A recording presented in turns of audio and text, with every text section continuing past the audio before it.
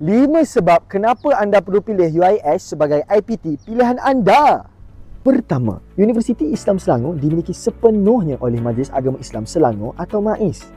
Visi, misi, falsafah matlamat penubuhan dan operasi UIS adalah selari dengan hasrat MAIS.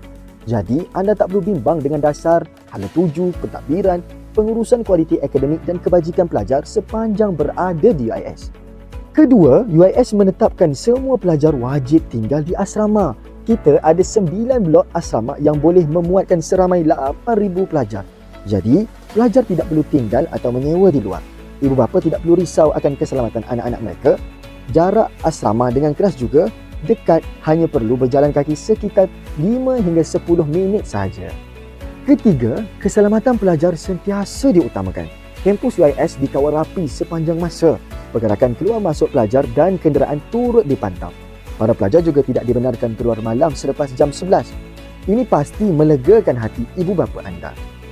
Keempat, bi'ah solehah atau persekitaran baik berlandaskan syariah dan adab kesopanan di UIS adalah perkara yang paling mahal di UIS yang anda akan alami sendiri dengan suasana pelajarnya yang berdisiplin serta menutup aurat, hubungan yang baik antara pelajar, pensyarah dan pegawai pentadbiran, serta majlis pengajian ilmu dan menghafal Quran pastinya menghidupkan lagi persekitaran bi'ah solehah yang mendamaikan ini. Kelima, UIS telah terbukti mampu melahirkan insan yang menyumbang kembali kepada masyarakat. UIS bukan sahaja memiliki insan-insan hebat dan berpengaruh di dalam barisan pendidik dan pengurusannya, tetapi juga telah berjaya mendidik dan melahirkan lebih 31,000 lulusan atau graduan yang cemerlang di dalam pelbagai bidang sejak 1997.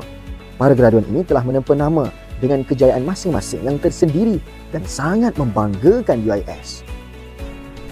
Macam mana? Terbaik kan?